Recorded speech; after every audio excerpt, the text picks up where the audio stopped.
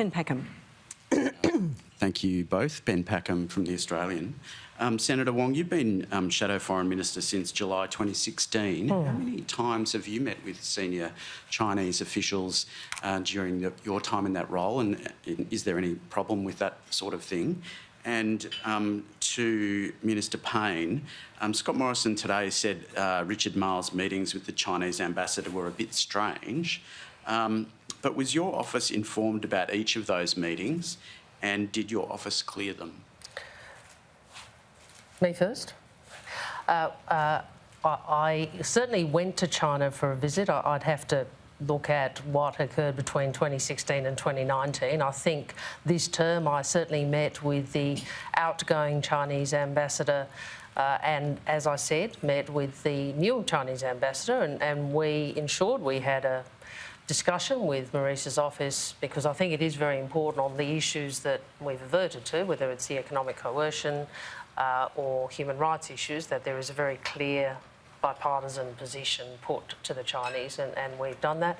I certainly in the last term met with the then Chinese ambassador to inform him that Labor would not be supporting the China extradition treaty, despite being asked by the Turnbull government to do so.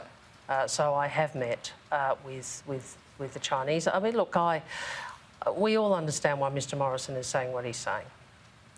We all understand that, you know, in the lead up to an election, things will get increasingly desperate and accusations would be made. But I just want to make this point, because there's been too much of this in this campaign. You know, we are all patriots. We are all patriots. Mr Morrison and the Liberal Party do not have a monopoly on patriotism. In relation to specific approaches from Mr Marles, my understanding is a small number of those meetings were advised to my office. It's not my role to clear them or otherwise. I would describe them as being noted, but a small number, certainly not the number reported today. But I would say that it is important to be consistent. And that is certainly the approach that this government has taken in all of our engagement across the government. We know from reporting that Mr Marles has, for example, confirmed that he's provided a speech in advance to the Chinese embassy. I would not do that myself. In fact, I wouldn't provide a speech in advance to any other embassy for any reason.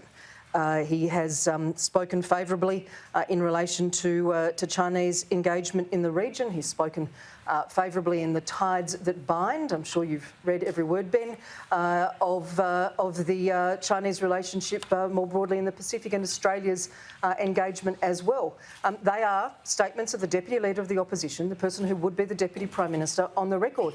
They're not entirely consistent with the policies presented now by the Opposition. And I think it is appropriate to note that and to draw attention to it. I just would make this point, and you know, I'm disappointed Maurice has joined in, because generally she's made a mature decision not to in some of this domestic politics. I can recall very positive comments being made by Mr Morrison about China. I can recall very positive comments being made by Tony Abbott about China. Mr Morrison said China provides real stability to the region in 2017. I mean, let's get real here. We understand, both parties of government understand, the difficult challenges of the relationship with China. And I think trying to play politics with it in an election campaign is not of benefit to the country. Did you want to say something more about that?